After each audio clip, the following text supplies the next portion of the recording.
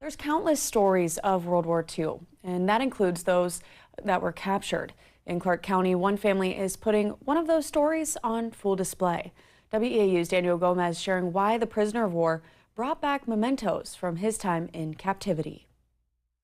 He was a solid guy that just, it's hard to say. If there was a crowd, he was always the one telling jokes, and people liked him. We would joke with each other and our children as they grew up, saying that I don't know if there was another POW that took more home from camp than my dad. This is the legacy Carl Norden of New Richmond leaves behind.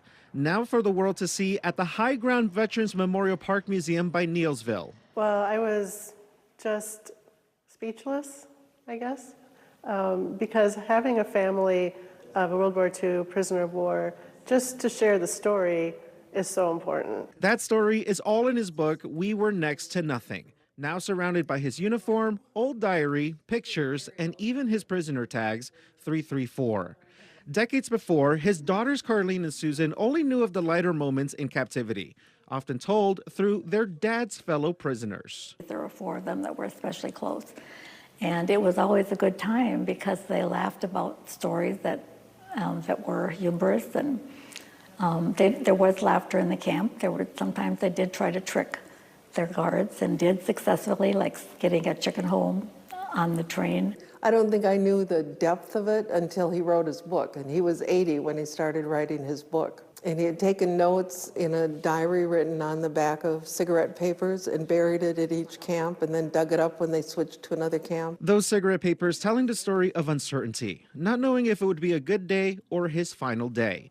Despite the constant worry that stretched for more than 3 years, he never left with ill will toward anyone. Well, one thing, he even though he had 3 worst years of his life in the Philippines, he did love the country. Having refused to remain captive after regaining the freedom he swore to never take for granted again.